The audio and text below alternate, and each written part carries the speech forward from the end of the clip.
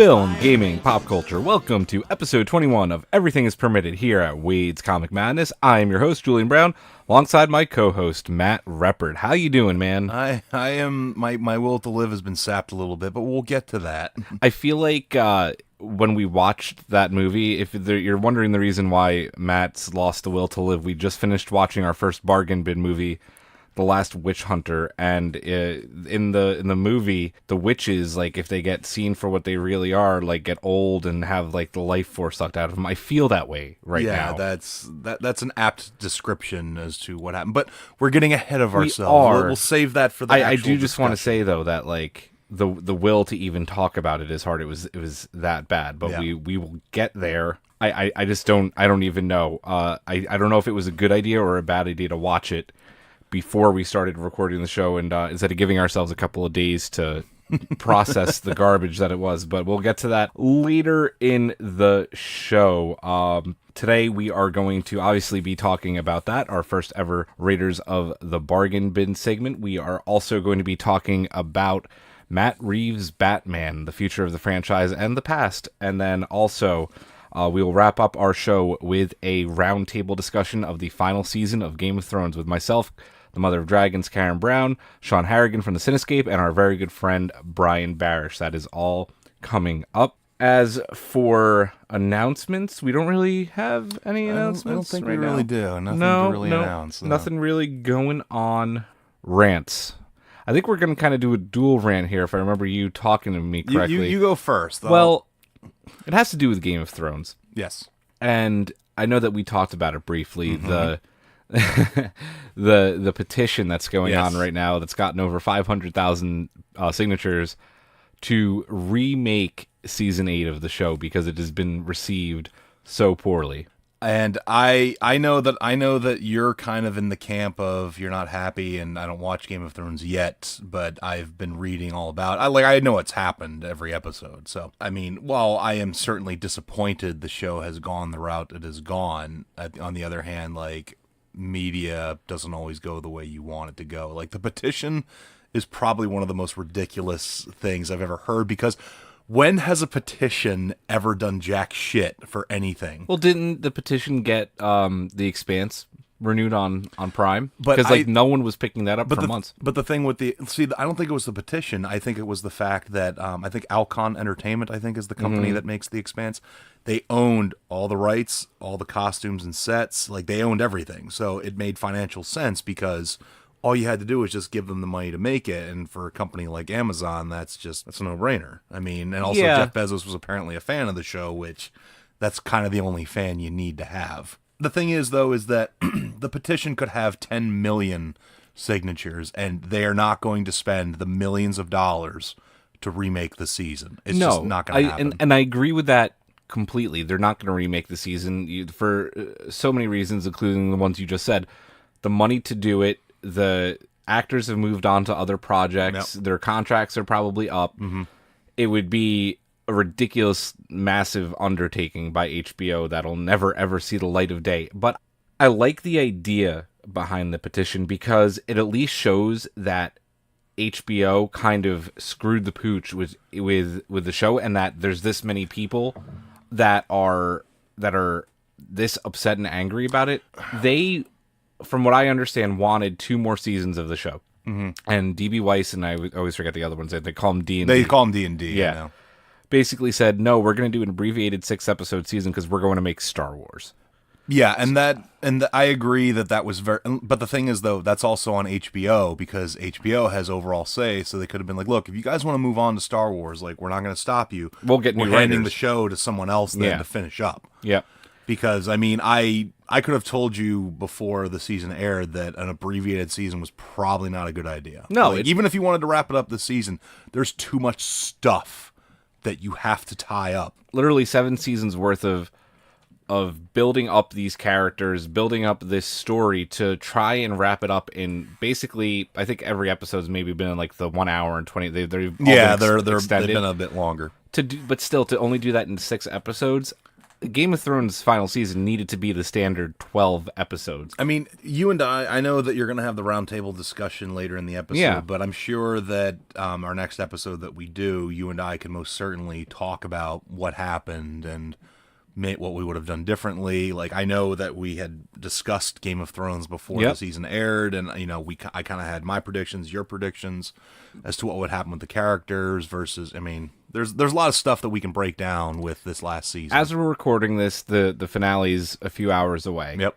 I personally don't think that there is any way for them to do it justice in an hour and 20 minutes. I will be pleasantly surprised if they do, but I don't see that happening. I just want to say one more thing about the petition. I know it's ridiculous. I know that it makes no sense.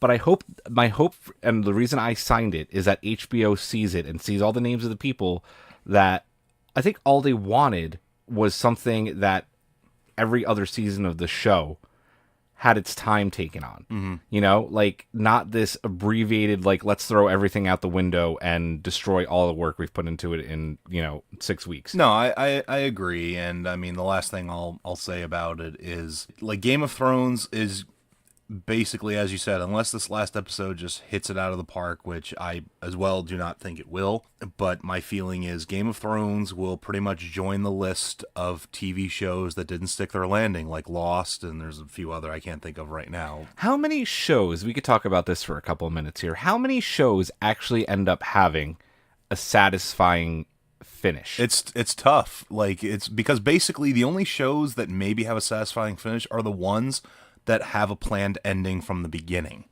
because those shows that just go on and on and on and on, like basically the ending of Game of Thrones should have been planned from the get-go, because you have to operate under, like, if I were making the show, I'm operating under the assumption that while I'm making the show, George R.R. Martin is not going to finish the books. We're not going to have that to reference. Right. So, like, basically from day one, like, one of the things I'm asking, myself and the other creators or writers of the show is, what are we building towards? What is our end game? Haha.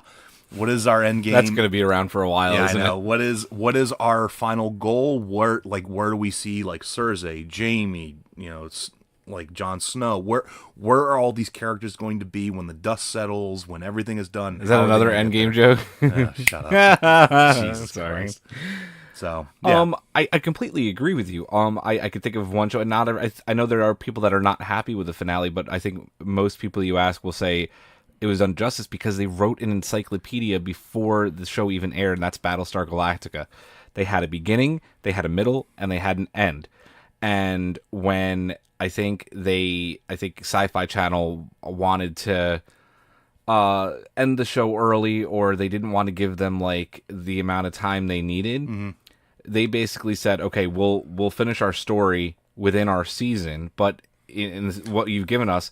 But the difference is that they already knew how they wanted to finish it. I think, and I mean, this is a discussion we can certainly have, I think, on a later episode, is one show that off the top of my head that I can think of that ended in a satisfying way. You have, like, Babylon 5, Star Trek The Next Generation, Deep Space Nine. Well, Deep Space Nine had some problems at the ending, but Voyager, like, shows that had satisfying endings that they were like, all right, we're bringing this to a close, either due to cancellation, and they said, all right, we'll give you one more season, so on and so forth. But they were able to end it in a satisfying way that, like, I kind of walked away happy. I think Next Generation will probably go down as one of the all-time great finales of a show. I mean, not even the episode itself, which is all good things. Mm-hmm. It's the final episode, but I actually, it's one of my favorite scenes from Next Generation is Captain Picard sitting down at the poker table with mm-hmm. all the crew who've been playing for years, and he's never been there. Yeah. And, and he says, like, oh, I'll deal. And he says, like, all right, this is wild, and sky's the limit. And you see the Enterprise D going off into space. And then they killed all that with the movies, but that's beside the point. I love that line, though, too, while he's doing that. He says, like, I should have done this ages ago. And they said, like, you were always welcome. Always welcome. Oh, my God. Yeah, so I'm going to go back and watch that today. Before we start waxing nostalgic about Star Trek. We're actually right on cue there. Let's get to the permitted minute. The permitted minute, and we will go. I'm going to I want to go at 10:15 here. So 5, 4, 3, 2, 1. Screwed that up. We're going to fail now. Taking a look back at last week's On the Bubble episode, Amazon's The Tick has been canceled after 2 seasons. Bungie's destiny is in the news, and again, it's not good news. The developer is nerfing the best guns in the game, including what many believe to be the very best Whisper of the Worm. Needless to say, people are not happy. After releasing the trailer for Batwoman and announcing a new Deathstroke animated series on their Seed network, the CW will not be renewing their contract with Netflix. Sebastian Stan dropped a hell of a bombshell at a recent convention appearance. According to the Winter Soldier actor, the upcoming Black Widow film will take place shortly after the events of Civil War. For the D&D players out there, guess what? Your next adventure will be sending you to hell. That's right. Wizards of the Coast narrative designer Chris Perkins has described the new take as Hell meets Mad Max Fury Road. While Avengers is still looking to topple Avatar's all-time record, something that is seemingly less and less likely it will overtake... something that seems less and less likely it will overtake Avatar's domestic record by the end of the weekend. I know we probably didn't make it. I don't think we made it. You flubbed it. I flubbed it at the beginning, and then I had to start over. No matter what, I'm calling that a loss. I flubbed it, and I had typos in my you did. I should have proofread it for you. You should have. I completely screwed the pooch, fault. but that is the fun and the you never know what's going to happen during the permitted minute. That could happen, and it happened. It happened. I want to talk on that very, very briefly. I don't know if we're going to get to that all-time worldwide record. It's looking a little less likely. They have to make I think over 200 million still.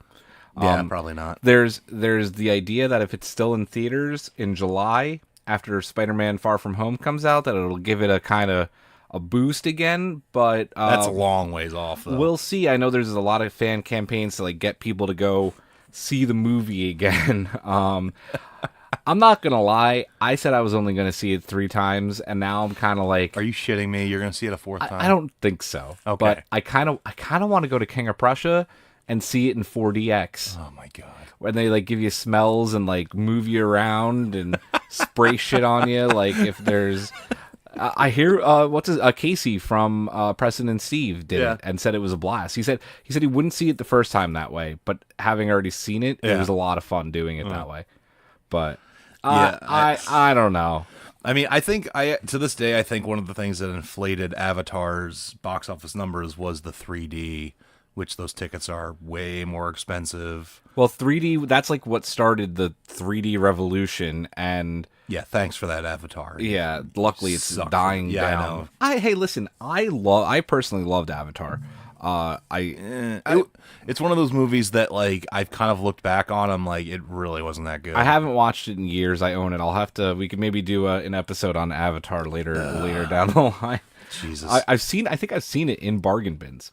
But who knows? We'll get to that. We'll get to that later. Right now, let's start our segment here on the upcoming, if it is ever actually upcoming. It's kind of been having that Gambit issue. It's been in developmental hell for a little bit. Matt Reeves' Batman. To start, Affleck was originally attached to the movie, right? Yeah. He played Batman in Batman vs. Superman. He played Batman in Justice League. Both those movies ended up being hot piles of steaming garbage. And then I think this was also during when Affleck was going through his divorce with Jennifer Garner, going on a lot of alcohol binges. He was like, well, I don't know if I'm going to be Batman anymore. I don't know if I'm going to write the movie. I don't know if I'm going to direct the movie. Oh, you know what? I'm out of the movie now. Yeah. Movies handed to Matt Reeves. And then...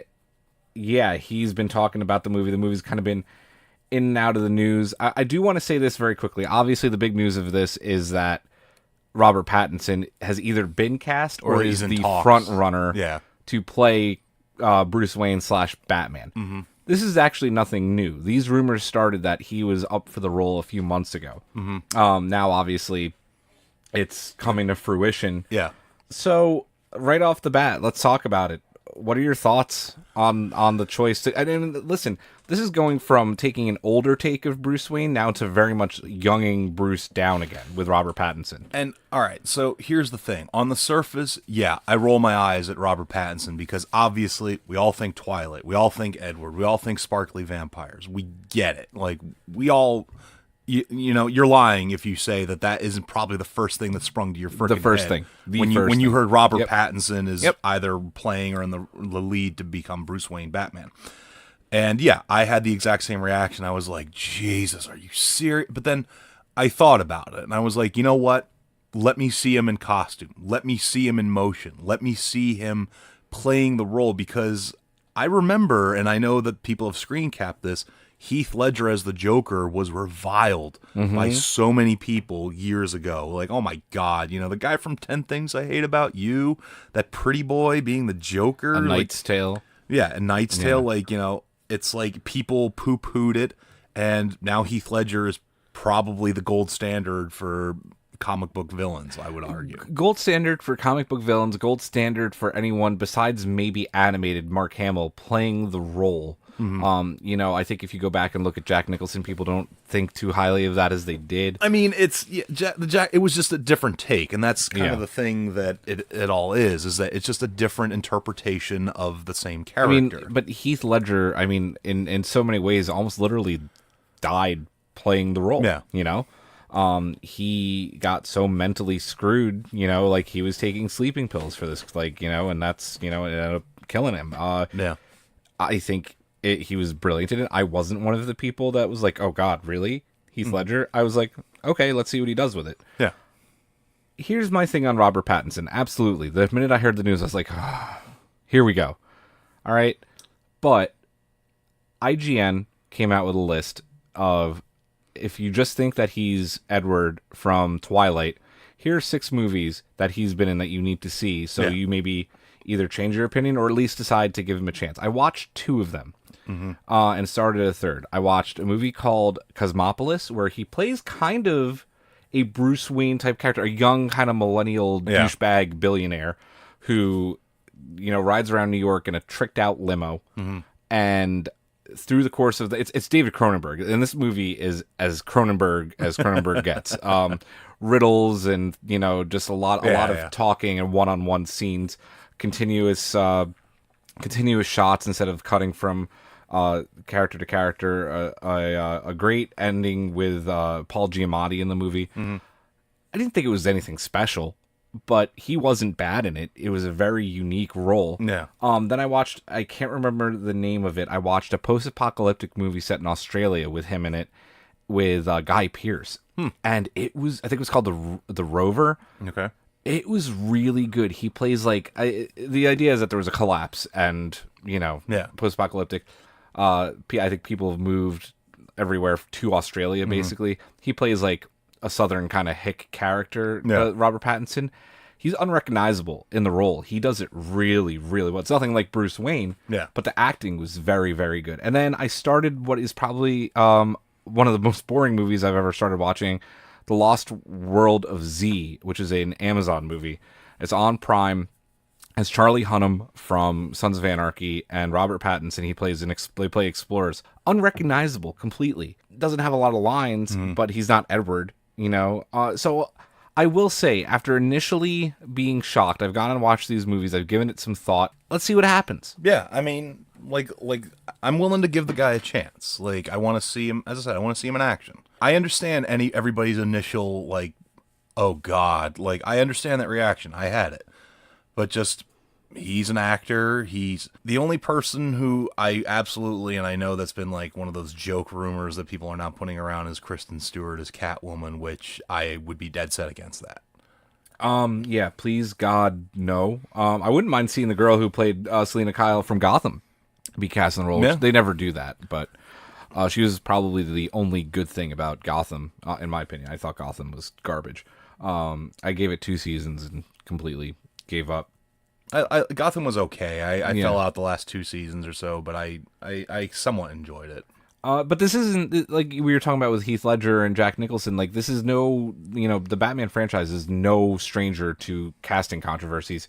You know, in the late 80s when they cast Michael Keaton, people were like, are you kidding? Michael Keaton. Yeah.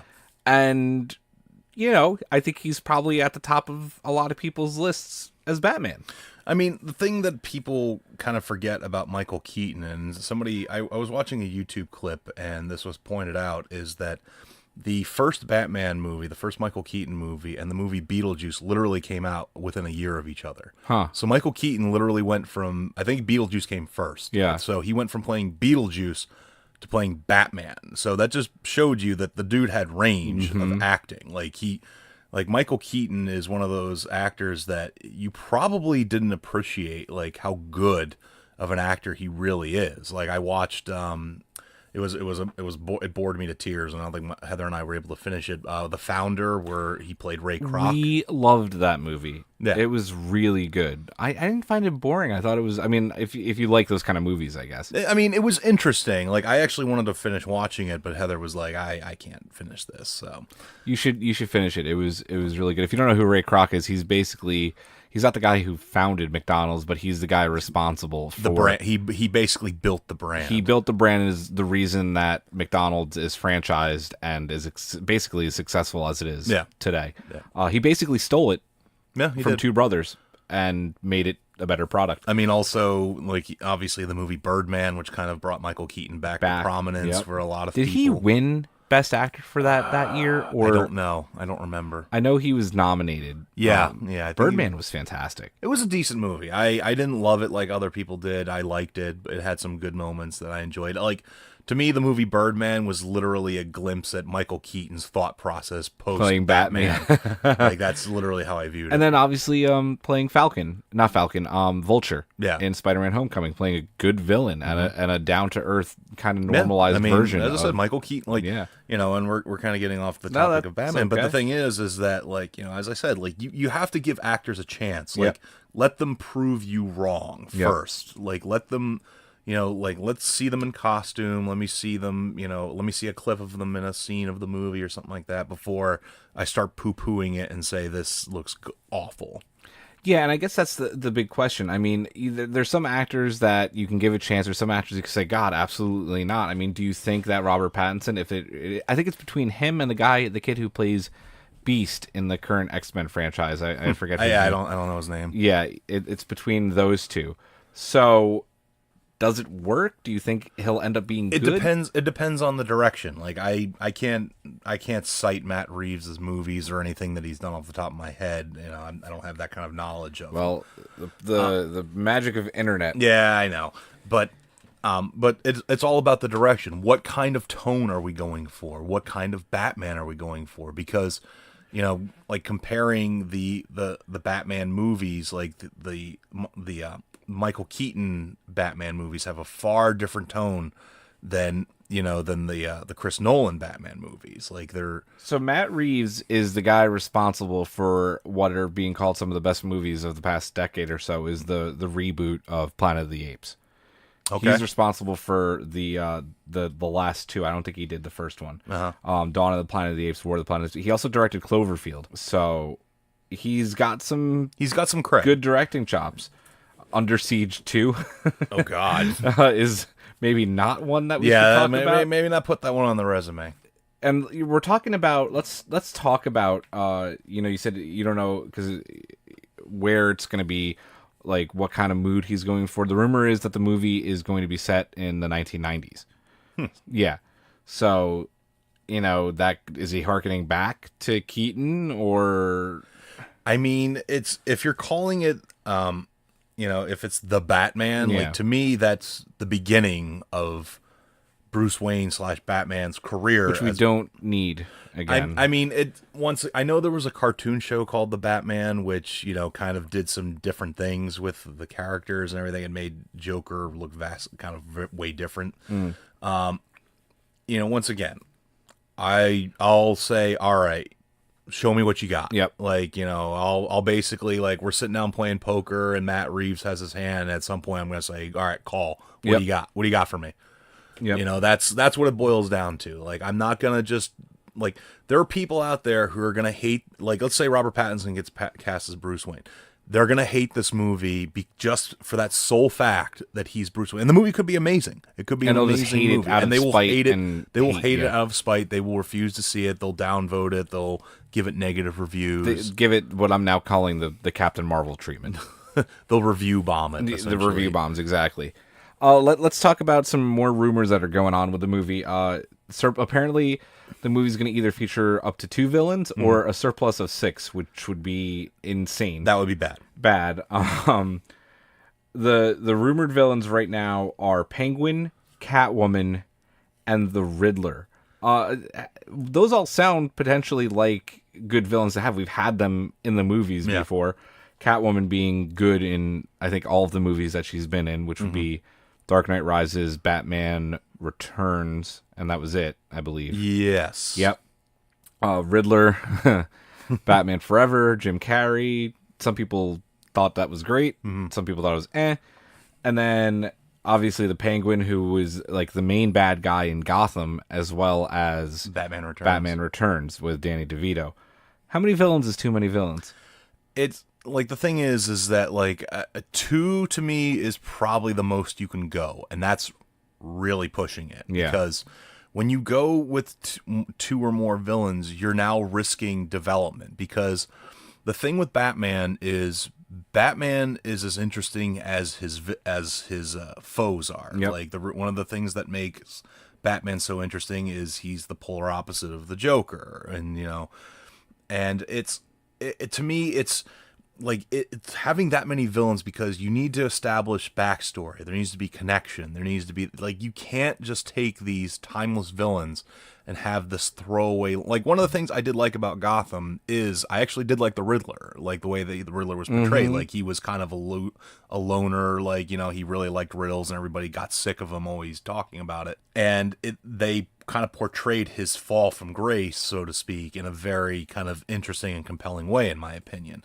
Same thing with Penguin in Gotham. Like, and they spent seasons, so you have an attachment to these characters. Yeah, they really fleshed them out and developed them in that show, which I do give the show credit for. Yeah, and that's the thing that and I find that stuff interesting because part of what makes a superhero movie is a good, interesting villain. Yeah. And when you have 3, 4, 6 villains, to me that's like you're adding too much stuff to the soup, to the pot. Like, you're just like you're dumping in like all these different spices without regard over how it's going to affect the overall stew. It's why, I mean, not that people like the movies that much in the first place, but it's why the Amazing Spider-Man 2 failed so horribly. Like, the main villain was going to be Electro, and then it had then Goblin, Rhino and Green Goblin, and just like, come on, like, too much. Like, you can't you don't give them time to develop. Like, and honestly, even as much as I enjoyed the movies, like Dark Knight, the insertion of Two-Face, like at the end of the movie, like you took what could have been an emotionally powerful, like,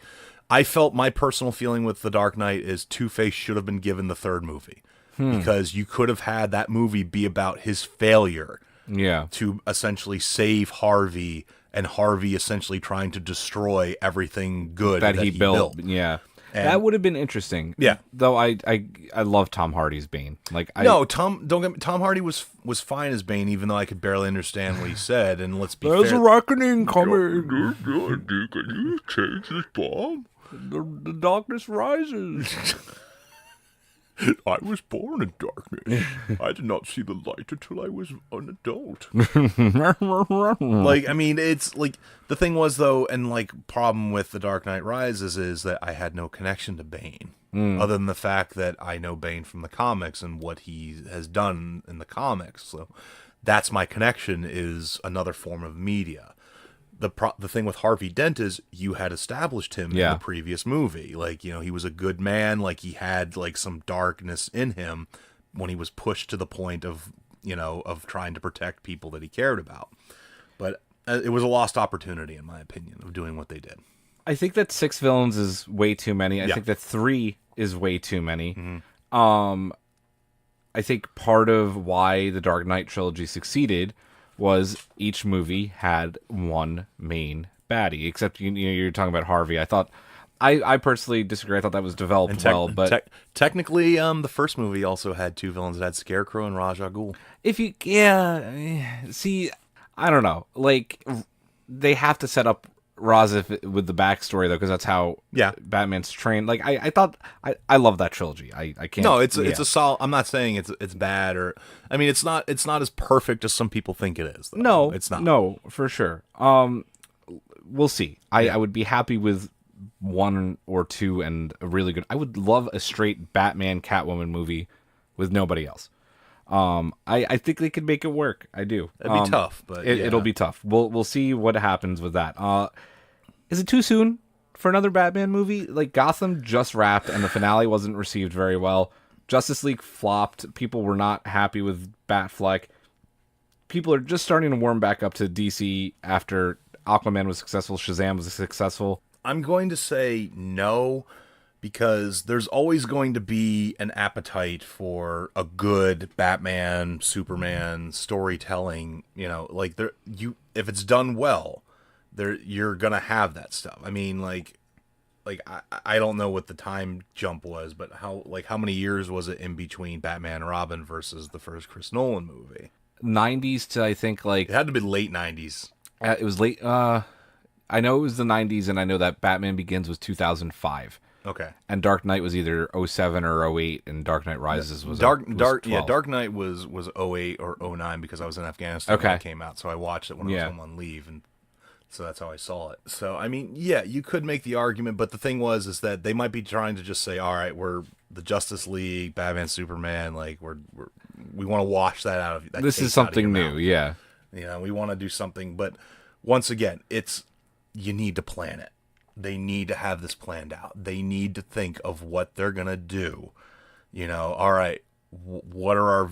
I mean, like doing 6 villains, you've already killed the movie. Yeah. Like it's dead. Like, and that's, you know, as good. Like, let's say Robert Pattinson is an amazing Bruce Wayne Batman. Like everybody's like, man, you know, he's a really good choice. You wasted most of his rogues gallery at that point. Like you've wasted most of these interesting villains that you could have these meaningful stories built around in one goddamn movie. That's why I'm always concerned when people really start requesting a Sinister Six Spider-Man movie. Yeah. Because it's great sounding in theory, but it's just going to be wasted screen time because they're not going to get, like, you know, what you're talking about, like an established backstory. They're just going to be meat for Spider-Man to punch out. Yeah, because I mean, imagine. Let's say they go 6 villains. Like worst case scenario, they go 6 villains in this movie. Most of the villains, you're gonna have 1, maybe 2 villains that will actually have some story focus. They'll be, and like the rest will be like, yeah. We've assembled like the most deadly villains we can. Killer Croc, like this. Killer Croc gets killed like 5 minutes. Yeah, and you'll have like these brief introductions where it's like, oh, I'm a badass, like I'm gonna totally kill Batman, and he's just gonna get owned in like a second, which, you know, kills all the tension with him, and like, all right, why was this guy ever considered a threat? Yeah. It'll be interesting to see. I love Batman. He's my favorite from DC. Yeah. I do think it's too soon, but obviously I'll see the movie. Mm-hmm. I can't not. It's Batman, and I'm gonna give Robert Pattinson a chance. And you know, I want him to surprise me. No date yet on when the Batman will be released. They obviously have to cast the movie first. I think there is a script. I would say my guess would be the earliest would be 2021. Yeah, so we will keep you updated on all of that news as it comes around. But coming up next, Matt, this is your brainchild. This is your baby. It's time for Everything is Permitted and... The Raiders of the Bargain Bin. The Raiders of the Bargain Bin. Dormammu, I've come to bargain. This is our first one. We're hurting, man. Yeah, we're hurting. I already said, like, this is probably like one of the dumbest ideas I've ever had because this is gonna put us through so much pain. I'm in pain. I drank a little bit at the Union game last night. I didn't have that bad of a hangover waking up. My head is hurting a lot more after watching this movie. Our first Raiders of the Bargain Bin film was The Last Witch Hunter, starring Vin Diesel and Michael Caine. Michael Caine, Rose Leslie, now Rose Harrington. Yeah. as well as Elijah Wood was in it. Like, they actually had some star They power had in a this. cast in this movie. They did. They actually had some decent actors. I mean, I don't know about Rose Harrington, or whatever. She did fine in Game of Thrones. I mean, she's the I know nothing Jon Snow girl. Yeah. In case you were wondering, Ygritte is her character. yeah. So, I mean, like her, like I'll kind of put to the side just because she hasn't done enough for me to say, Yeah. you know what, Rose is a good actress. She's good at what she does. But Michael Caine is an all-timer. Like he's been All-time around. great. All-time great. Yep. Academy Award winner, if I recall correctly. I believe so. Yeah. Yep. Academy Award winner. Vin Diesel is like a nice nerdy guy that I know a lot of people like, and He's great. Dude, he for the movies that he does, like I love the Fast and Furious franchise. Those movies are perfect for Vin Diesel. Okay? Triple X was probably great for Vin Diesel. This movie, I just Matt, before we start, I just want you to repeat to our listeners what you told me about this movie on the car ride here and how it was developed. okay, so I looked. I was doing a little bit of research just so I can talk about this movie a little bit, just from other than what we saw. So I pulled up the Wikipedia page, which obviously take it for what it is. However, one of the most interesting lines from the whole Wikipedia page was screenwriter Corey Goodman was largely influenced by talks with Vin Diesel, specifically about his Dungeons and Dragons witch hunter character. Literally, this goddamn movie It's partially it's fan fiction. it's fan fiction. It's basically like some dude sat down, and Vin Diesel's a big D&D guy, and that's one of the reasons that people really like him, because he's this He's a big buff nerd. dude who sits down and Yeah. like, oh yeah, I'm gonna roll for initiative, like, and people love that, and Yeah. that's cool. But Jesus Christ, like, if that was how you're gonna build a movie, was a conversation about a dude's D&D character. Just because you think it's a cool idea doesn't mean that you should make a studio have to splash down money to make this steaming hot pile of garbage. Let's talk about the Rotten Tomatoes score. Yes, A score of 17. critical score of 17%. Critical score of 17%. That is as splat as pretty low as splats. Yeah, go. that's pretty bad. Matt, this shocked you after reading the outline here. A 43% audience rating. Almost half of you who watched it, like, said it was good.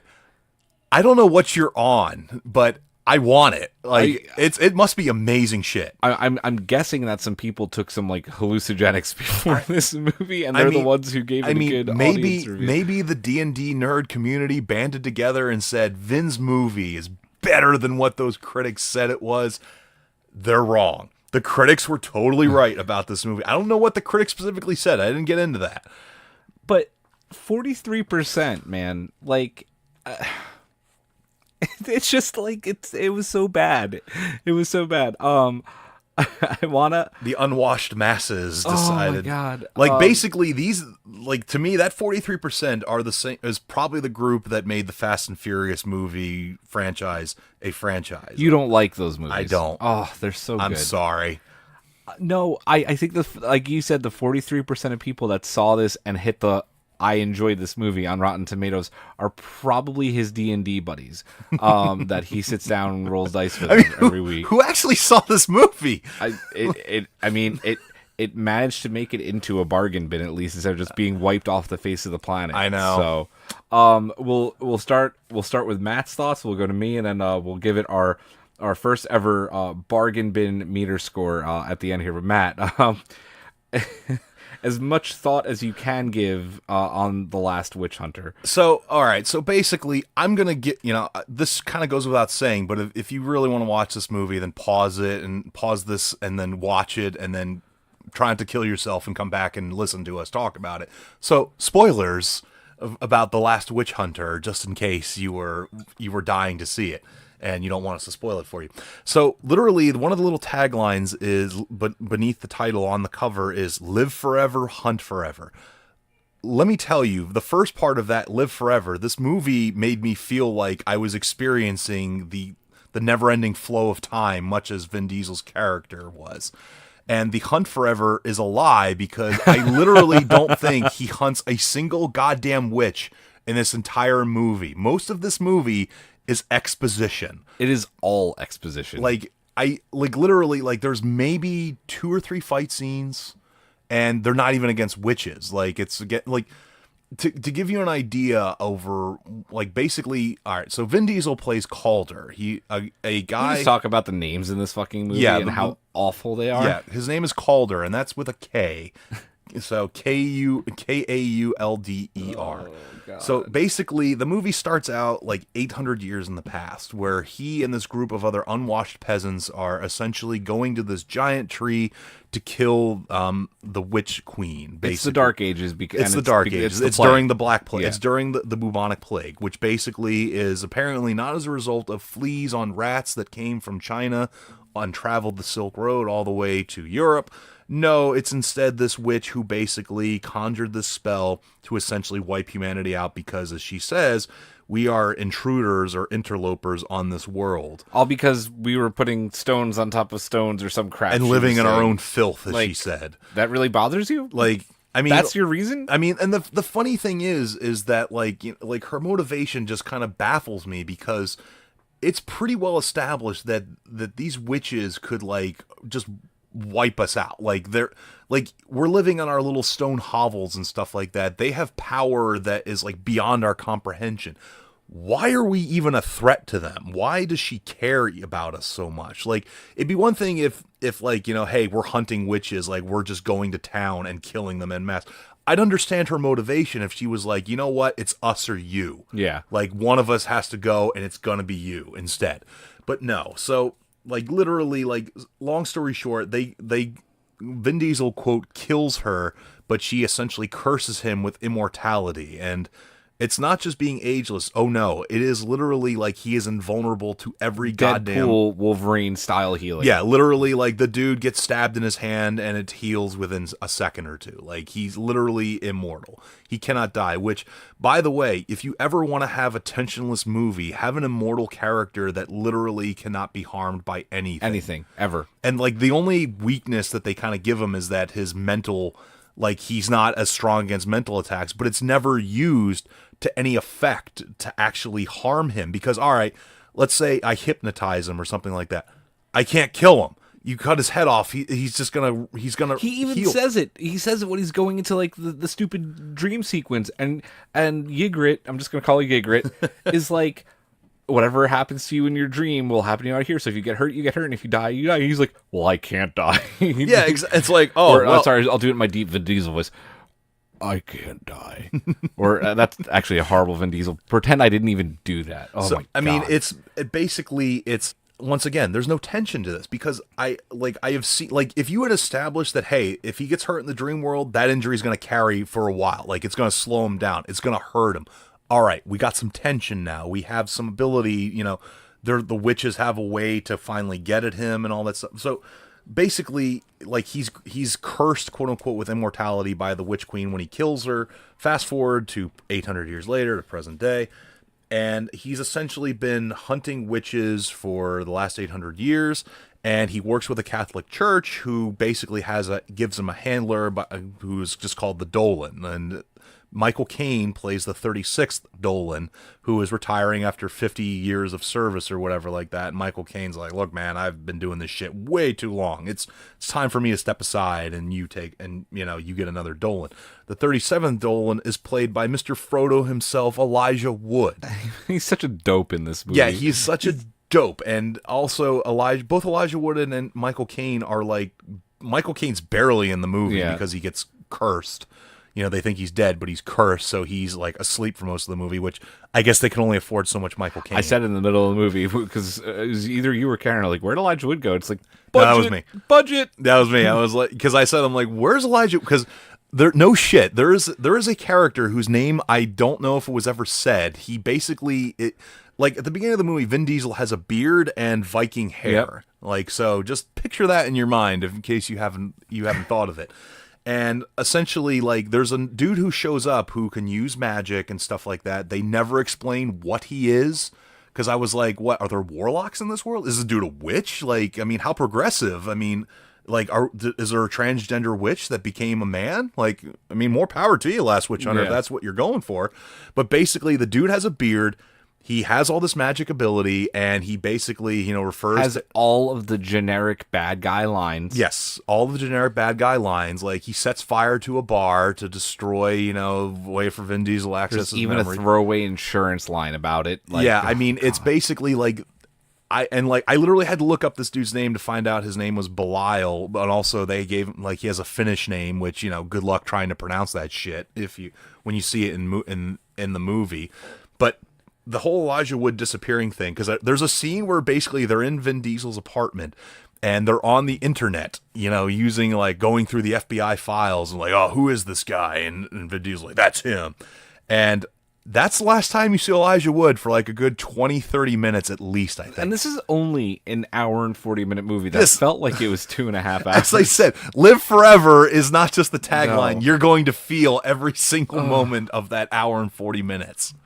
So, okay. Here we go for me. I actually wanted to start to like this movie a little bit, okay? Mm-hmm. Obviously, it's just fucking horrible. I did too. But at the very beginning, I'm like, okay, this is cool. We're in the dark ages. Yeah. This scene is really cool with these medieval dudes fighting these witches, and there's some really cool special effects. I actually thought that Vin Diesel looked like a Viking badass. Mm-hmm. Didn't mind the beard and the hair, whatever. Yeah. And it was cool. I was like, all right, fine. I didn't mind the airplane scene either, though that was also a little weird. And then I'm like, all right. You have to establish the MacGuffin for later in the exactly. movie. The MacGuffin at the end. And I'm giving this movie a chance, and Michael Caine shows up, and I'm like, oh, it's Michael Caine, and I love Michael Caine, and they're talking. I'm like, all right. And then he gets cursed, and the minute that Elijah Wood came into this movie is when I said two things. I said Elijah Wood and the Catholics are going to be the villains, and I was right. And I was like, and it just went all. You're partially right though. That's the thing. I'm partially right. Partially right. But Elijah Wood ended up being the dopey bad guy who thinks that he's gonna get magic at the end of the movie, and the fucking witch just kills him anyway. So I'm gonna just say something. If you're an aspiring screenwriter, one of the dumbest tropes you can have in your movie is the guy who betrays the hero in the hopes that the villain gives them something. Basically the easiest comparison I could make is imagine a movie where Hitler is the villain and you have this sidekick who's a Jewish guy, and he turns on the hero. He turns on Indiana Jones, let's say. Yeah. And then he goes to Hitler and says, hey man, you're gonna help me out now, right? You fist pound it. And Hitler's just like, no man, you're Jewish. Why would I do that? That's basically what happened. Is that Elijah Wood is the child of magical parents, and he didn't get magic. And he didn't get magic, and basically Vin Diesel killed his parents, and he's resentful for that. But literally, Matt, you said the same thing. I'm gonna say the movie's called The Last Witch Hunter, and there's no fucking witch hunting. Yes. He doesn't ever slay a witch except at the beginning of the movie. And at the end. And at the end, he lets a couple of witches off, actually, when his whole job is to not let them off. Come on, man. Hunt some fucking witches. And Kurt Angle, bodyguard number 4. Yes, if you're a wrestling fan, Kurt Angle literally makes an on-screen appearance as a bodyguard dragging Vin Diesel away, who gets not punched just in the the face. bodyguard, Matt. Not just the bodyguard. Bodyguard number 4. Let's give credit where credit is due. Bodyguard number 4. God. We also made a Thanos joke because one of the evil witches at the evil witch fashion show, yes, snaps her fingers. Oh my god, that was what you said. I made the comment of, oh my god, she just eliminated half of all life. This movie, after the potentially good 21st minutes of it, just went so far down into literally some of what happens in television, just all this exposition, there's no action. This honestly, this felt like a TV show. Yeah. We don't have the budget for these high-powered action scenes, so we're gonna have a lot of dialogue explaining this and doing this and that makes sense for a TV show. I understand that. And then the movie takes what they taught. It takes their whole big thing that the heart of the witch is the thing that's giving him his immortality. Then he kills the witch. Okay. Can we talk about this real quick, too? He's not immortal anymore at the end of the movie, right? Oh, yes. And fucking Elijah Wood shoots him in the chest 4 times. 3 or 4 times. And then he has a vision of his family, whose names are never mentioned, like you said. And they're like, honey, you have to get up now. You don't get up from fucking 4 bullet wounds to the chest. And he literally He like didn't just get up either. He was perfectly fine. Yeah, all right, so the MacGuffin from the beginning of the movie, or like there's a scene where he's on an airplane and there's this big thunderstorm, it's rocking the plane around, and he finds out there's a witch on the plane, and he talks to her, and she seems like she's this young, inexperienced, she's like, and she basically has these 3 things that allow her to control weather, and Vin Diesel kind of just says to her, you just kept them all together in your bag, don't you know what's going to happen? It's going to cause a massive storm. And so Vin Diesel manages to separate them, and so we've now established that these things exist, and literally that is textbook Chekhov's gun. Yep. It's we've now established these things exist. Vin Diesel took them. You literally see him looking at them in the thing and then wrapping them up and putting them. And it's oh God, these things are coming back. They're coming back, and then he gets the magical wave, not the heart that's supposed to give him his immortality. He just gets a wave of the witch dying that brings back his immortality. So basically, the Witch Queen gave him his immortality, as she said, to just hold on to it. She basically said, it was never about keeping you alive. It's about keeping me alive. And bringing me back. So she takes it from him when she's resurrected. She takes it from him. So now he's just a dude. He's just Vin Diesel running around, but apparently he's just as immortal. With 4 bullets in his chest. Yeah, and so, Elijah Wood shoots him 4 times, and as Julian said, he has this vision of his family saying, get up, you have to get up. And he basically, I shit you not, you can see it in the cover of this movie, and I'm sure it's the poster for it as well. He has a sword on his back. He throws this goddamn sword at her and uses these MacGuffins to summon a lightning storm inside this big cave. The lightning hits the sword because it has to be fire and iron, I think he says. Fire and iron and fire, whatever. Something in order to kill this witch. And the lightning, of course, hits the sword, and it basically burns her down. And by God, they tried to sequel bait. Because they were you have to keep the heart. Yeah, they basically because essentially the first Dolan, one of the guys who goes into the witch's nest with him, screws him over. Basically finds out the heart still exists, and he starts stabbing it. And Vin Diesel, who's his charred corpse, starts screaming. So they realize that, all right, if the heart dies, he dies. And so basically the church has basically kept this heart around, and each Dolan has possessed it. And used him as a tool. To essentially hunt down witches, which obviously... Apparently he doesn't do a lot of. He doesn't do a lot of. Apparently, he's more like a parole officer, I guess, for witches. I mean, I guess he should be the last witch parole officer. And then what do they do with the heart at the end of the movie? They don't lock it up somewhere safe. No, it literally... It's in his goddamn closet. It's in his closet. His weapons closet. He has this big, 3 trifold case with all these little cool weapons and potions and crap like that you see a couple times in the movie. That's where he puts the little MacGuffin stones, and he literally there's a little shot at the end of the movie where he's literally just you hear the heart beating of the witch. It's inside his goddamn closet. And that, ladies and gentlemen, is the last witch hunter. That's the last witch hunter. Yeah, all of that. It's oh God, it's. I still cannot believe that we actually watched this thing. It was that, and the final 2 that we chose from was either this or Matt Damon's The Great Wall. I don't know which would have been worse. I don't know either. I'm happy we watched this. Let's give it our first ever bargain bin meter score. Would you like to explain the score? I would. We're going from worst to best. Would you put this in the bargain bin that you found it? In this case, Walmart. The worst then being dollar store. Mm-hmm. Middle of the road Target, best being Best Buy, or the very rare, which we'll probably hardly ever give out, full price. Would you pay full price for this movie? So Matt, for the first ever bargain bin meter score, what do you give The Last Witch Hunter? I'll give it Walmart. It was exactly where it needed to be, exactly where we found it, because it did have some competency behind it, some of the graphics, some of the set design, some of the the atmosphere and all that stuff like that. So it wasn't I've seen far worse movies. There are far worse movies out there. I'm sure we're going to bump into one. Yep. But I will give it the Walmart. And you paid $2.34. I think I paid $3 for it. But. Okay.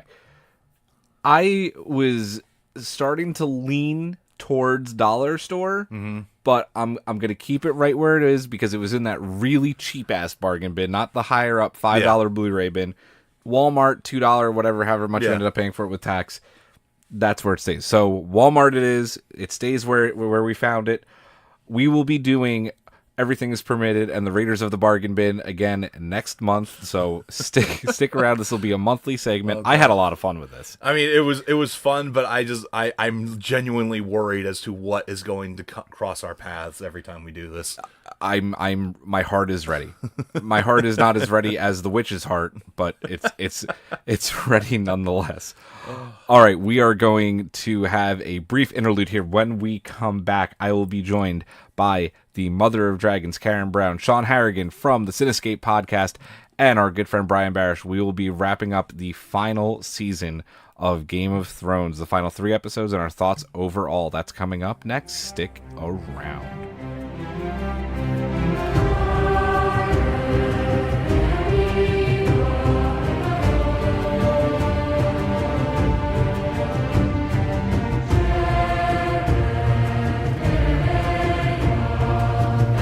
Welcome back to Everything is Permitted, and if you've been listening to the show all the way through, you just heard some amazing music from Ramin Djawadi, who composes all the beautiful music for Game of Thrones and what was arguably maybe better than the season itself for Season 8. So his music's always been amazing. We are going to be doing our Game of Thrones final season wrap-up roundtable. I'm joined by the Mother of Dragons, Karyn Brown. We have 2 other guests on the line.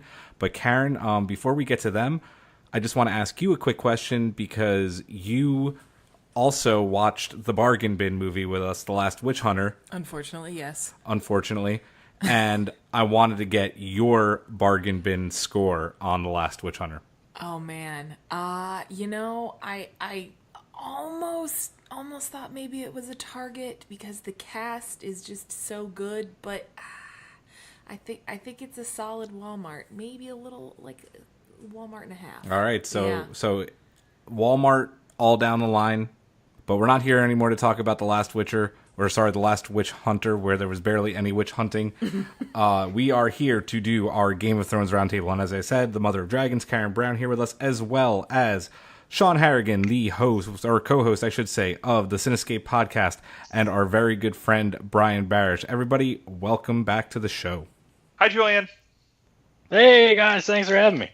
Oh, thanks for coming on. Brian, you did the first half of the season wrap-up with us. You're back for the second half. It's sad. It's the end of an era. Game of Thrones has been around for, 8 seasons now, taking up a good portion of all our Sundays, and it's at the end. So I want to get right to it. Let's talk about the episode that takes place directly following the Battle of Winterfell. The episode's called The Last of the Starks. It's the aftermath of the battle. Sean, you haven't done one of these wrap-ups with us yet, so I'll start with you. What was your impression of this aftermath episode of Game of Thrones right after the Battle of Winterfell? I really appreciated the fact that they took a fair amount of time to, kind of recuperate from the battle that was. Everybody had their own send-offs for the characters that they lit on the pyres. Everybody came together in the dining hall, and they were, celebrating, they were drinking, they were being merry, they were having a great time, until you see the glimpses of Dany up on there on the dais, starting to get that paranoia going with seeing her everybody, Starbucks cup. Yes, with her Starbucks cup. But I just, for the way that they ended on such, from the episode before with just that crazy battle to where, like, oh my god, where is this going to go now? I think it took a nice amount of time to breathe, to let it sink in before Dany started making more terrible decisions going south. Brian, to you. Yeah, I'm with Sean on that, and that it was a good respite. I think overall, though, the episode really kind of sealed the fate, in a sense, and just looking back in retrospect, of where the characters were going to end up. I think what we saw, especially in Daenerys' case, is not her slowly going insane, but the fact that she was a narcissist. She's done all these things for all these people, going all the way back to Marine and going even further back to all when she was in Vasta Thrak. She's basically done these things in the hope that she'll create allies in taking over the throne. So her annoyance is palpable of the fact that, like, I've done this for you. Why aren't you grateful? You know, so we see that. We see Tyrion and his fate being sealed, I think, in terms of how he ended up, and even Jon, being that sort of the unwilling hero. He's the one to sort of, for better or for worse, change how this story was going to end. Even though it wasn't immediately apparent until the 5th episode. But I think it, all in all, it kind of set things up. Even though I know a lot of people were upset of it on its merit, if you take in the context of this final episode, I think it actually raises it up a little bit. Karyn?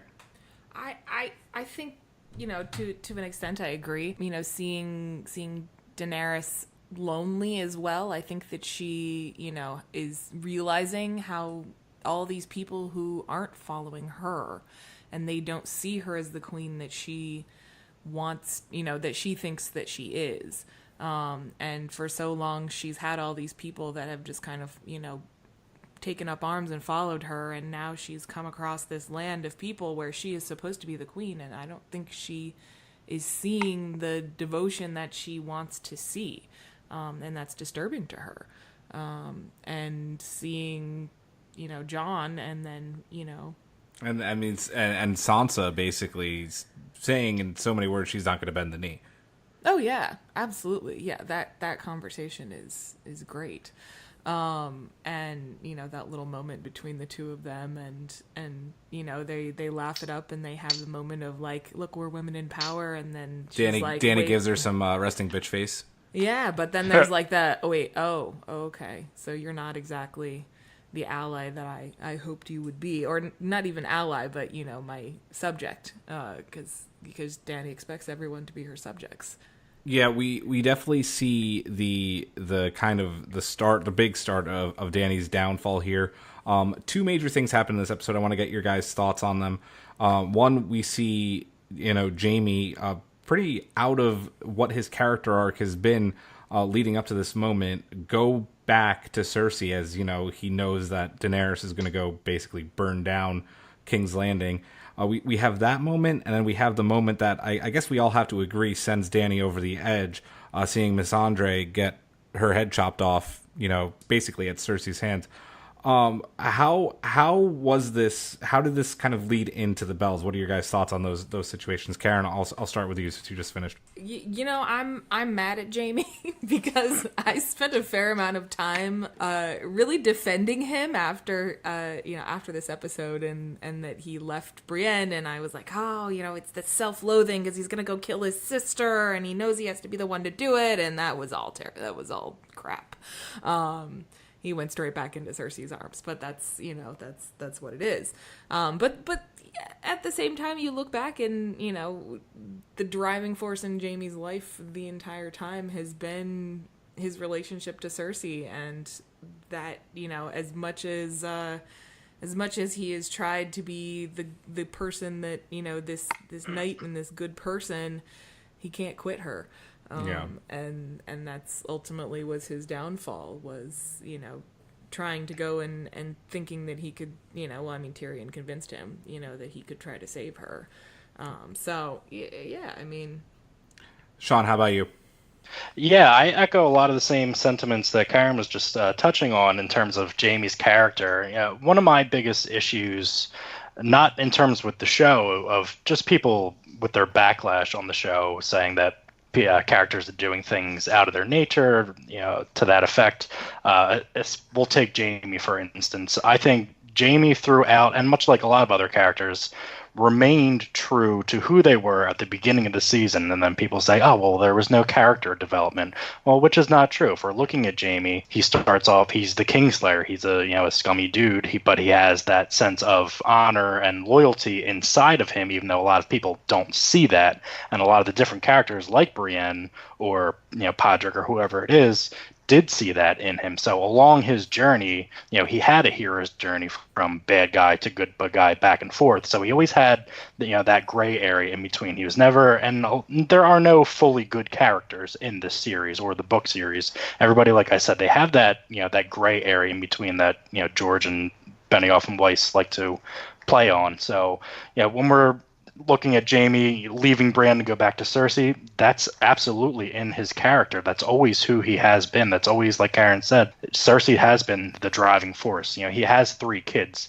that he really doesn't give 2 shits about. Whenever you're looking at Jaime's motivations for things, it always tied back to Cersei. And even though, with the whole love thing between him and Brienne, it was the only other woman that he's ever had feelings for. It was something completely new, something completely different. Yeah, we've all maybe been in the situation where we've been in love with somebody who, it wasn't quite right, and maybe we started seeing somebody else, or however that situation unfolded, but then we wind up going back to the person that we love. So for me, I think it played out well to Jaime's character, from who he was set up to be in the beginning.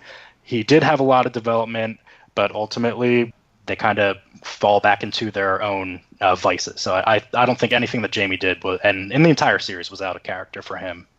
Brian, any thoughts real quick on the Jaime, Brienne, Cersei triangle, I guess? Well, and it's funny that Sean said there's no, completely good characters and there's no completely bad characters. And I mentioned in the last episode how, when you watch the first season, Jaime Lannister is a kind of a pretentious dickhead, and we've come to like him over the last couple of seasons, and that's probably why we were so disappointed that he was going to go back to Cersei one way or the other. I think there was that ambiguity in terms of what is he going back for, but it turns and you could really kind of sense that he was going back to either be with her or save her. I think that at the end of the day, though, people are upset because we've seen him grow and we've seen him become good, and yet now here he is defending the one of the evilest characters that this show has brought up, and so I think that's what one of the backlash is. At the end of the day, like Sean said, you always have that people hold certain parts of your heart, I guess, and we saw that there. Yeah, absolutely. Let's continue, because I also mentioned Miss Andre, being decapitated. Let's go right into the bells, which is I shouldn't say the Battle of King's Landing, because it wasn't much of a battle. I'm going to get a little involved here. This is if I thought I always forget the name of the actual episode of the Battle of Winterfell. If I thought that was my least favorite episode of the show, the Long Night. Yeah, it's the Long Night. Right? The bells was probably took that over as my least favorite episode of the show. It seems to me, and I want, this is kind of the main thing I want to touch on with the bells, that even though maybe this was what they were going to do with Daenerys all along, having her show shades of her father, this kind of 0 to 100 mile per hour of her, hearing the bells of surrender to then massacring innocents in what is basically a genocide during her takeover and rise to the throne. I want to get your thoughts on that, Sean. I'll start with you on this one. There is a theory that I've recently been subscribing to on this, where it basically goes that she already had her mind made up that she was going to do that before Tyrion propositioned her to hold off the attack when the bells ring, yada yada yada. So let me interrupt you real quick. Does that theory also include, was she going to do this even if Missandre hadn't been executed? That so much, I'm still going to lean towards yes, that she probably had this in plan all along. But I think, Missandre's decapitation really cemented things. Her last words were Dracarys, where you think, oh, well, dragon's going to come down, swoop down and start burning everybody. No, that was her telling Dany to burn everybody down and burn everything down. Karyn? My main gripe with this whole season has been the speed at which they have tried to cram a lot of character development or a lot of character progression into 6 episodes of TV, basically. I'm not going to argue that this isn't where Dany's character has been going, but I think that there was a lot of a slow roll, and then all of a sudden, going from 0 to 60 on Mad Queen. Although at the same time, very calculated Queen, and very, she's set her mind to something. The episode was shocking, and I think it was meant to be shocking, and it it pissed a lot of people off. It certainly pissed me off. But sorry to interrupt you, Karen, but isn't that how the series kind of has gone the entire absolutely. time? I mean, the shock value is what really attracts people to the show. Seeing main characters killed off all the time is what really, separates this show from a lot of the other ones out there. So for me, hearing people, upset about twists and turns and character flops or whatever it's going to be, like, that's what the whole show is predicated on. So I'm kind of confused as to what people really expect out of the show. My argument with that is that even though the show's always been kind of predicated on shock value, the shocks come from people I feel like you're expecting the shocks from, even though those shocks may not be unexpected. Like the Red Wedding, for example. That was a huge shock, but the people who did those things to the Starks, I mean, that's who they are. They're evil people, or they were coerced into being these evil people. Whereas Dany, like, this is someone who locked her dragons up because one of her dragons killed one innocent person. So it just was such a quick extreme. Brian, I want to get your thoughts, and if you have any kind of counter arguments to that. So I think that while I agree, I mean, and the common theme of all of this in terms of this season, I think, has been I personally have not had an issue with really the end game analysis of where all of these characters have landed, and we'll get into that when we talk about the last episode. But the season suffers from trying to cram a 10-episode story arc into 6 episodes. Exactly. So the 0 to 100 argument, I get. However, let's look at it this way. This, obviously we're looking at this from viewership standpoint, and we're saying, well, okay, this is supposed to shock us, which it absolutely is. But I think the main point of all of this, and I think Varys's execution goes into this as well as some other things, and we'll see this in the last episode, is that this is supposed to shock Jon Snow, in a sense, in terms of a story vehicle. Jon is seeing that, here is this woman who has done such, breaker of chains and benevolent, so to speak, and now here she is doing this. This is the woman that he loves, and he's doing all this atrocious thing. There's this scene where it's very well done, where again, you don't hear anything. He's in this haze, I guess, in this confusion, and I think he's really kind of taking it in. Like, this is somebody that I love, and somebody who I'm fighting for, and somebody who I've put my belief in, and she's basically calculating all these atrocities. And so I think that in terms of the story, this was supposed to show something like, okay, you've seen her do this horrible thing. Now it's going to be a crisis of conscience. And was it a little over the top in that respect? Yeah, but also I think this was something that the story needed, even if it was on this grotesque level. Yeah, and let's go right into the season finale, because I think that's a wonderful segue that Jon Snow has been shocked. He's seen what Daenerys has done now. The season finale, the Iron Throne. Believe it or not, this I've actually said it in this episode. We were recording this today. I said this yesterday as I was talking with Matt, that I felt there was virtually no way that the season finale could turn me around or change my expectations of the season, and it did, because everything that I just said about Daenerys' turn, while true, it was sped up. Brian, I completely agree with you. This season needed to be 10 to 12 episodes. It was only 6.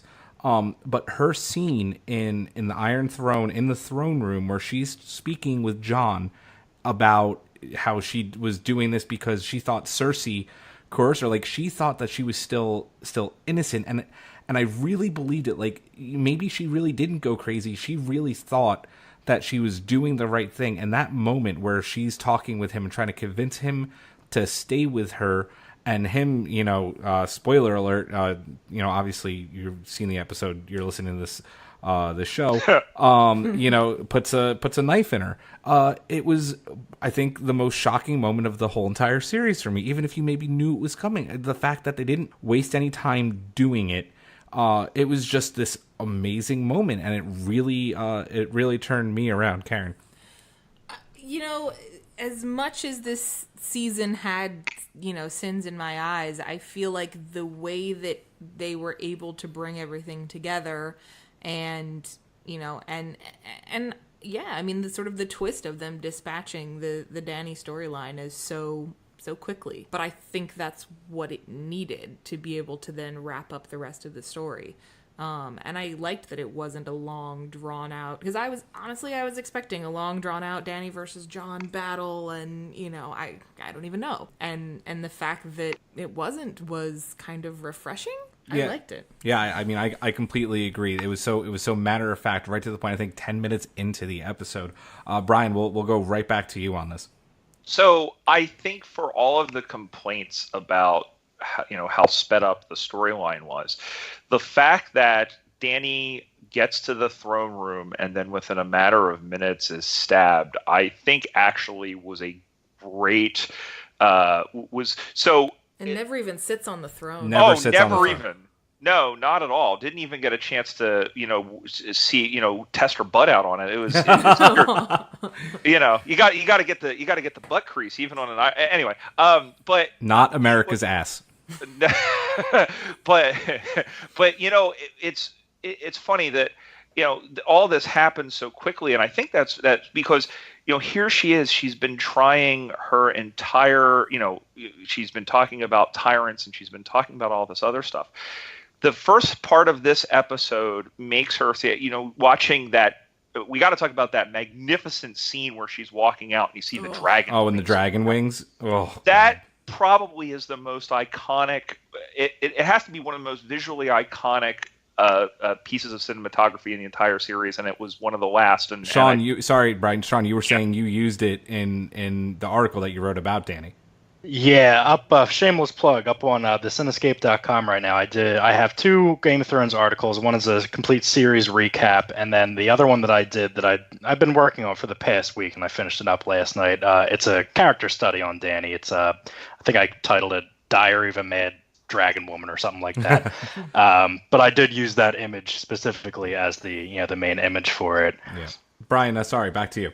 Yeah, no worries. So I think, watching that scene, and I'm a history buff, and this might be taking it a little too far, but there was this evocation of seeing her up there and addressing this horde of people up on this pulpit, and even though it didn't have the same negative connotations as other symbols of history, but seeing the Targaryen sigil, I'm thinking of Hitler. I'm thinking Hitler. Yes, that's what Mussolini, I was thinking too. I'm thinking of Mao Zedong. I'm thinking about all these people that said, I'm here I'm going to make your lives better and represent the people. I'm representing the people while, and I'm going to liberate all of these cities just like I did King's Landing, which means she's going to go to Winterfell and torch it. She's going to go to Lannisport and torch it. All these cities in around the world.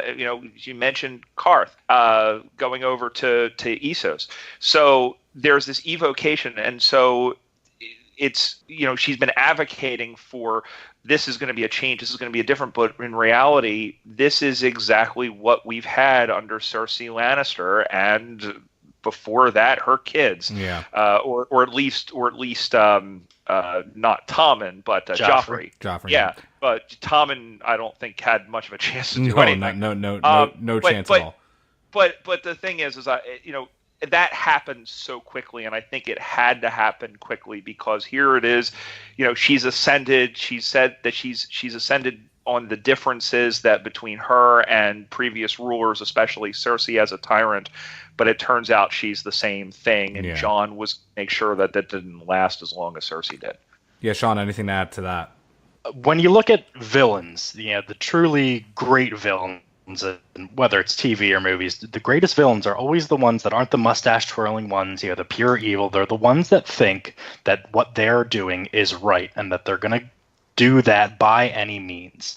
And that's absolutely what Danny became. And it didn't start in episode 4 of season 8. It didn't start in episode 5. It started way back. I'm currently rewatching with my wife because way back we stopped watching after season 4 because they're going past the books. So she's just now getting back into it after me convincing her. So in me going back and rewatching, we're on season 6 right now. There is so much setup for what just happened that you really need to go back and rewatch it. But every little line of dialogue foreshadows something that you didn't pick up on at the time. So I think everybody needs to take a week, take 2 weeks, kind of digest, let the hate flow through you. But once the dust is settled, once the ashes stopped falling from King's Landing, go back, start it from episode 1, and you're going to pick up on so much stuff that you didn't even think about when you were watching it the first time around. Really do it. Anybody else have any thoughts besides the Daenerys segment of this final episode before we get into kind of the wrap up of the entire series?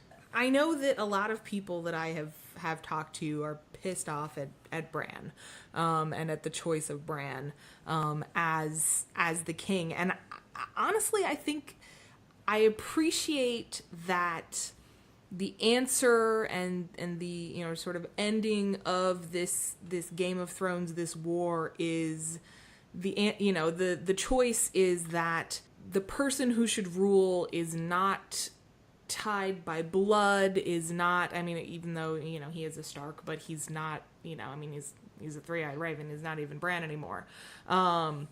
But it's not someone who has a claim to the throne, because I think this whole series has been about people who think that they have a claim to the throne because of their blood or because of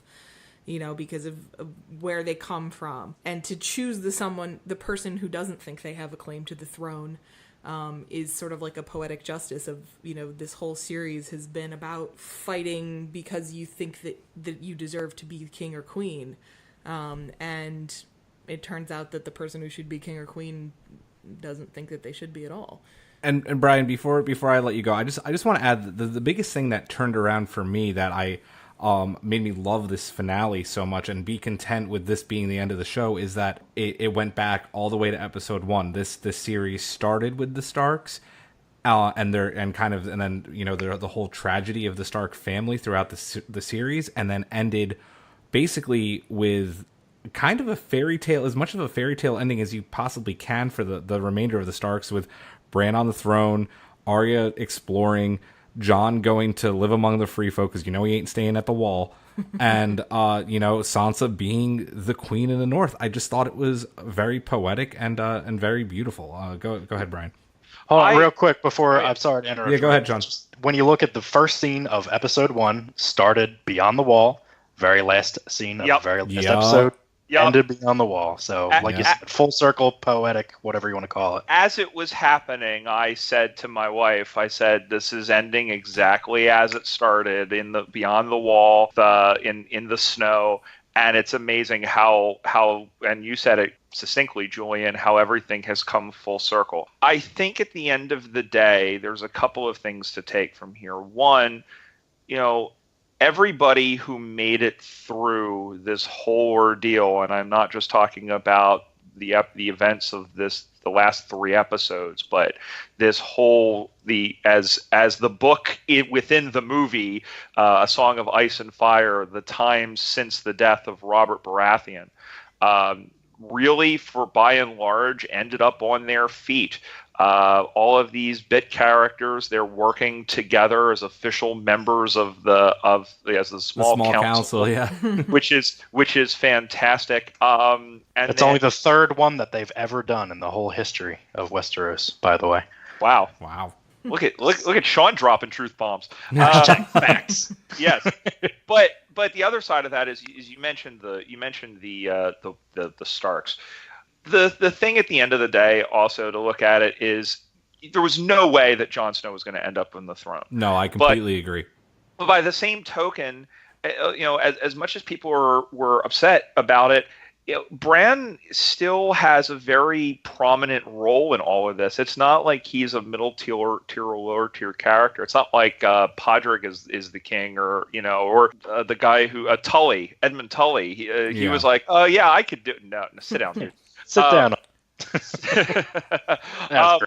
But the thing is that the Starks got a pretty sweet deal out of all of this. And I had mentioned in the last episode, Julian, when we talked last, that there is a lot of regional pride in these characters.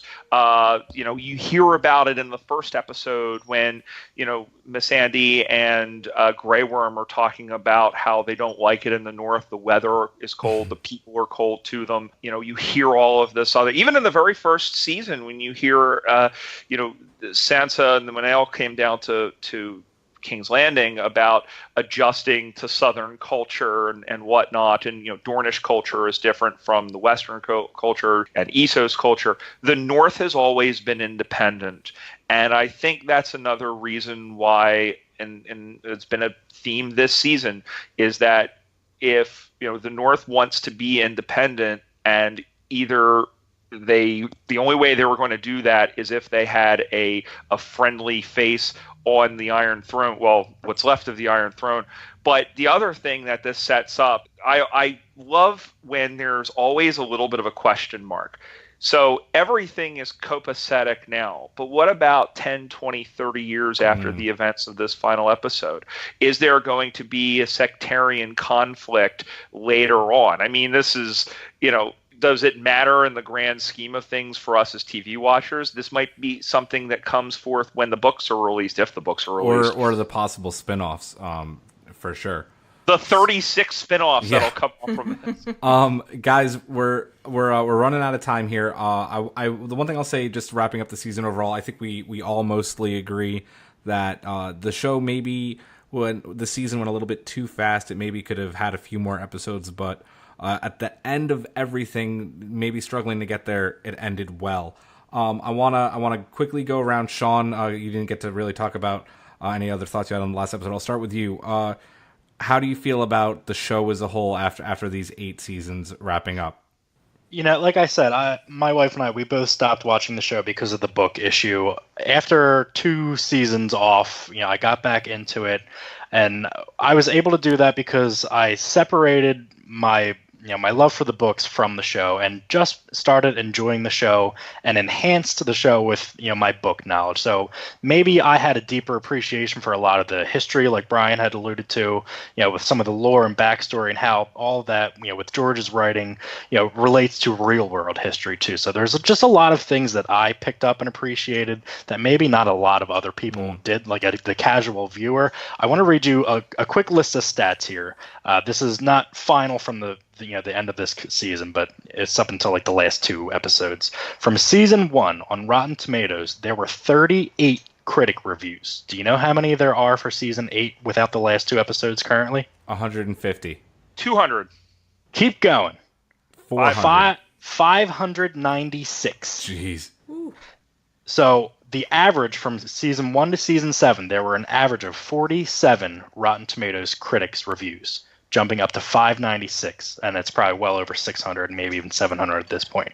So a lot of the the fan backlash, the viewer backlash for stuff, whether it's being rushed, I mean, in my opinion, the whole series has been rushed. Let's be honest with you there, but there has been such a giant influx of new people to the show that maybe quickly binged to get caught up, that really didn't get a deeper appreciation for a lot of the things that were set up previously. Could be leading to a lot of, the negative feelings towards it. For me, like I said, just to reiterate, I appreciated the show for what it was, for what I had, prior knowledge to, and I just thought it played out perfectly. And I'm very much looking forward to the books because I'm expecting something totally different. Karen? I mean, it's been a ride. We've been watching since the very first episode when it aired. And, I mean, as much as this season has been frustrating, I'm happy with the way it ended. I feel like it wrapped things up. I feel like it went where it needed to go. It, still kept us guessing and surprising even in the, 8 seasons on, which not a lot of shows can do.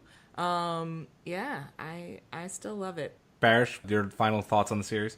When I had no interest in watching this show at all, and it was my wife who had read the first 4 books and said, I want to watch the show now. Will you watch this with me? And I was very reluctant to do so. I am glad that I did that. And That's I don't awesome. think that at the end of the day that this last season will in the full context of the season, that this will tarnish the history of this great show. I think that's what it comes down to. I completely agree with you that it will not tarnish its reputation. Guys, we have to leave it there. Sean, I want to quickly get your plugs on here for the Cinescape. How can we get a hold of your show?